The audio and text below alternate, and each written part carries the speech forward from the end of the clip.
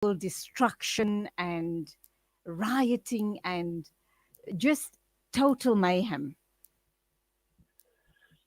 Without wasting your time, I'll just make it short and summarily. And like everything else, it's about energy. Um, Remember, we as human beings, uh, we are like sponges. We absorb energy around us. In psychology, we call it transference. Um, so we impact on each other's energies. When people engage in a group activity, the group energy takes over and then it affects their executive functions, like proper decision making that they would ordinarily make when not in that situation. Decision making, impulse control, all those executive functions that you normally exercise on a day-to-day function, they get compromised. Basically, you get captured by the energy around you, and then you go with the flow, and you find yourself doing things that you would ordinarily not do if not captured in that energy. That's what it's about. Okay, there are a few words that are thrown about as far as mob mentality is concerned. The first one being obviously de-individuation. Talk to us a little bit about that. And there's also the issue around identity, emotions, acceptability, anonymity, and diffusion of responsibility. Um, at this point, when you're so caught up in this collective energy and you throw caution to the winds, is there nothing that can trigger you into thinking about what happens after, the after effects of the event? You get caught up in this event, in this wave, but what is it that stops you from thinking about the after? I'm actually very happy that you asked that question because someone else would be wondering. But I've been in those situations, and I always think about. I'm always cautious because I'm always thinking about getting arrested. What's going to happen to me? What if I die? What's going to happen to my children? That's a very, very, very important question that you just asked. Now, let me answer it this way. Remember, human beings differ in terms of resilience based on their background. I do not have the same level of resilience as you because our backgrounds are different. Mm. Now, sometimes my fragility in terms of in, impact or effect or environmental effect, effect on me relies on my inner strength, on my resilience. My resilience may have been affected by situations that happened in the past. I may be harboring anger. I may be harboring anxiety, a whole lot of things that may be based on my past experiences. Now, the energy around me will go and trigger that and activate it to a large extent to such that it affects my ability to have insight. More so for me when I have a poor resilience than someone who's got the better resilience.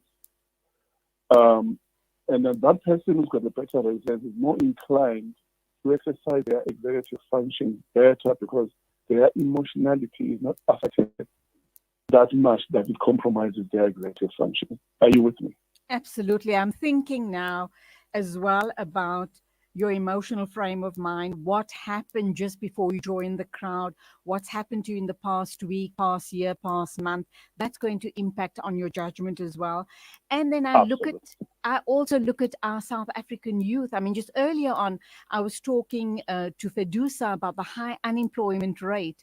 And when you're talking to young graduates or young school leavers who are hungry, who are disillusioned, they can get drawn in very easily into this sort of situation, can't they? Absolutely. Remember, if I'm going around, I've been looking for a job, I've been having the doors shut in my face, I've been looking at people living their lives, driving flashy cars, and I've been harboring this anger. It builds up, it builds up. So I'm a better candidate to be recruited into such, and I'm a better candidate to participate and rip things apart without remorse. We were seeing it with the recent mob attacks on our economic structures. People are ripping things up without any remorse because possibly it trigger, the ticking time bomb was there waiting for a trigger. It's always there.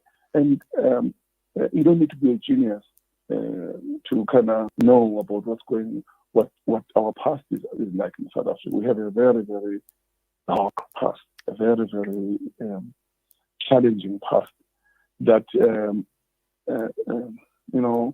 we try to pretend as if everything is okay, but we deep down we know everything is not okay. And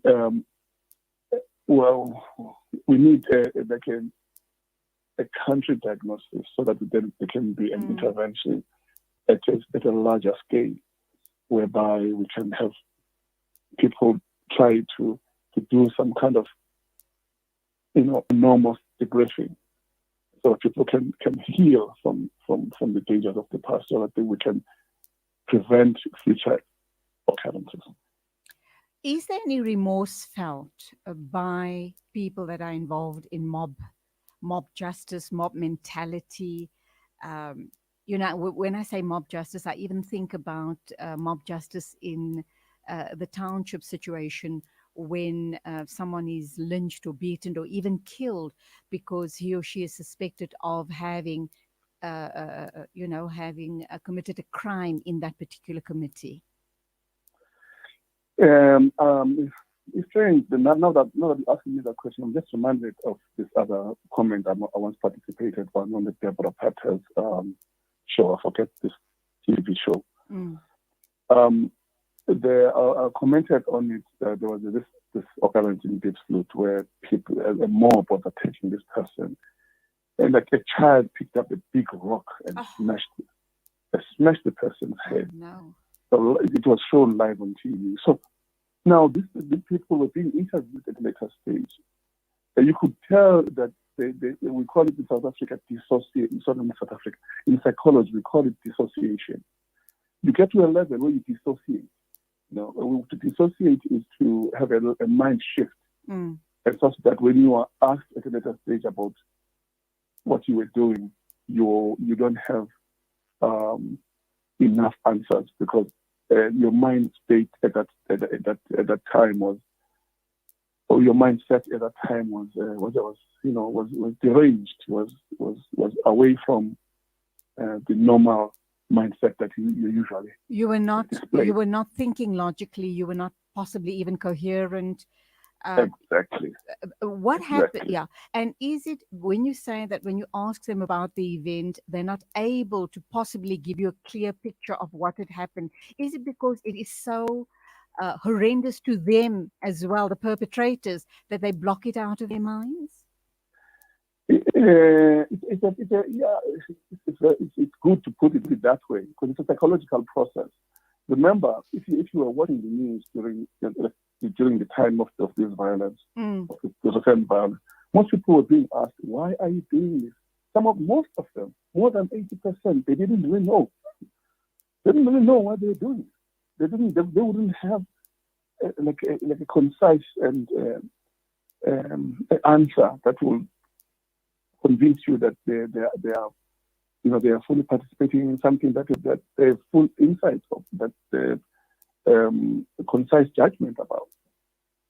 So basically, you get caught up in that, and it takes away, like I said earlier on, your ability to apply your executive function. So when you are asked at a later stage, then it becomes difficult to describe it.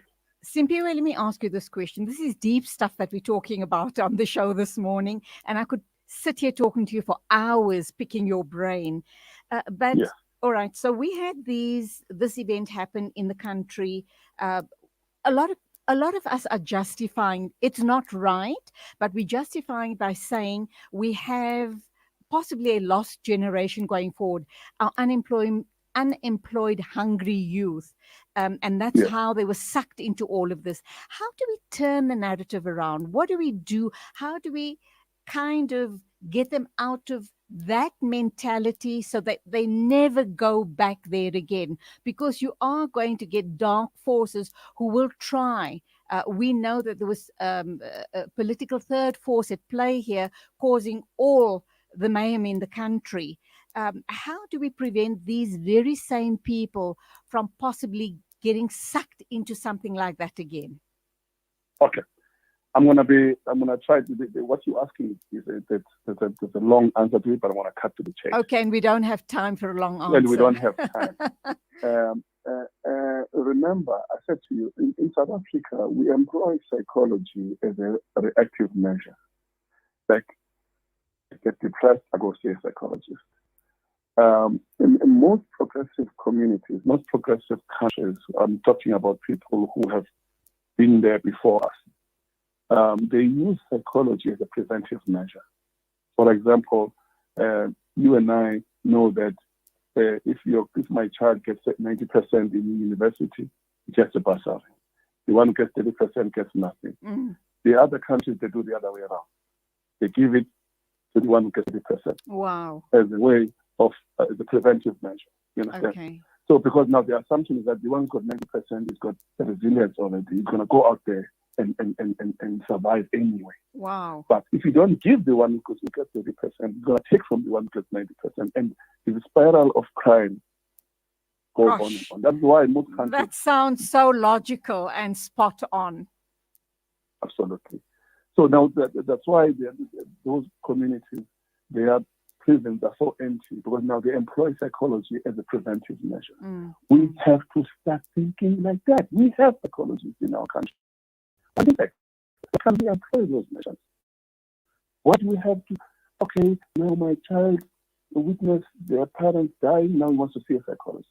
Mm. Why can't that death be prevented using psychology? Why can't suicide be prevented using psychology rather than be reactive? Simphiwe, absolutely fascinating talking to you. Thank you indeed. I will touch sides with you again sometime in the future. Just very, very quickly in a minute, summarize for me. Yeah.